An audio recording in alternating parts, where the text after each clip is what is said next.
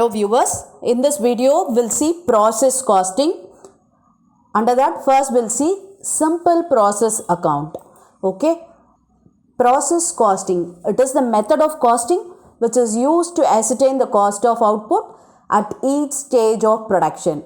Okay, using this process costing we can able to ascertain the cost of the output at every stages. Okay, the product will be manufactured after several stages, and at every stage we can able to ascertain the cost for the manufacture of that product. Okay, and this is a definition of process costing. According to ICMA London, process costing is that form of operation costing where standardized goods are produced. Okay, it is one of the operation costing, and here the standardized goods are produced. Okay, and the types of industries using this process costing. Normally the mines will use this process costing: textile industry, chemical industry, sugar industry, oil refinery, paper industry and food products.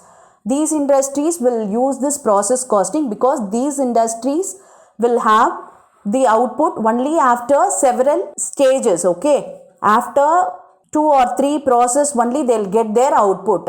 Okay, so that type of industries will use this process costing. Okay, and now we'll see one problem. Prepare process accounts from the following details. Here we have two process, and process 1 and process 2. Materials, labor, expenses, direct expenses. Production overhead rupees 60,000 to be allocated to process 1 and 2 on the basis of 150% of direct wages. Production during the period 2000 units. Okay, the details was given regarding two process, that is process 1 and process 2, and the production overhead is to be allocated to this two process on the basis of wages, direct wages. Okay, that is 150% of direct wages. Let's start doing the problem, and the units produced here is 2000 units. Yes, first we'll start with the material, and in units column have written the number of units produced, that is 2000 units, and material for process 1 is 40,000. I have written that, and next one is labor, it's 50,000, and expenses 5,000. Okay, and now we have to allocate this production overhead, and this production overhead is based on the 150% of wages. So we'll see how to calculate this production overhead. Yes, see, labor is 15,000 for process 1 and 16,000 for process 2, that I have written, and we need to find what is the 150% of wages. So 150 into 15,000 will get 22,500 for process 1, and for process 2 it's 24,000. This is nothing but 150% of wages. Okay, and using this as base we have to allocate the production overhead. Yes, see, production overhead is 60,000. Okay, for process 1 the 150% of wages is 22,500. So I have written it here, and we have to add this wages, because out of this 46,500, 22,500 for process 1. So 22,500 divided by 46,500. Okay, this is the total of this wages. This 46,500 is 22,500 plus 24,000. Okay, 60,000 into 22,500 divided by 46,500 will get 29,032. And similarly, this is 24,000. So out of this 46,500, 24,000 for process 2. So we have to allocate in that basis. This is simply we have taken the ratios of that. Okay, we'll get 30,968. This is the production overhead for process 1, and this is the production overhead for process 2. Okay, yes, I have written it here, and we finish everything.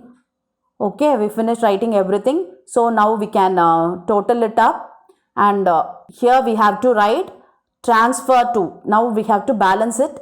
So we have to write transfer to process 2 account. This to be transferred to process 2 account, and we have to find out the rate per unit of this. Okay, 89,032 divided by 2,000 will get 44.516 per unit. Okay, 2,000 units at the rate of 44.5 516 is transferred to process 2 account.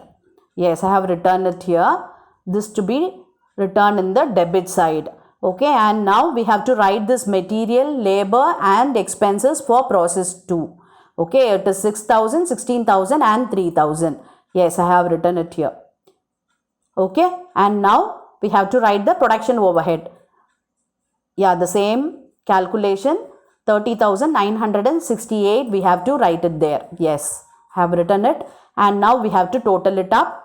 Yes, and the balancing figure is this 1,45,000, and this is for 2,000 units. So now we have to find out for per unit. So 1,45,000 divided by 2,000 will get 72.5 per unit.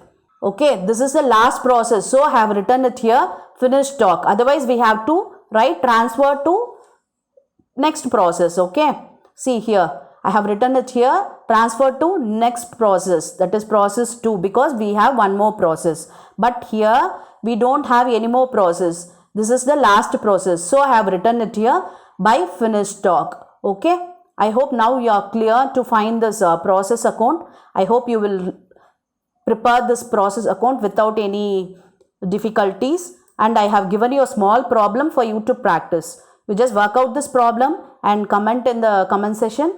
I'll check your answer. Thank you for your patient listening.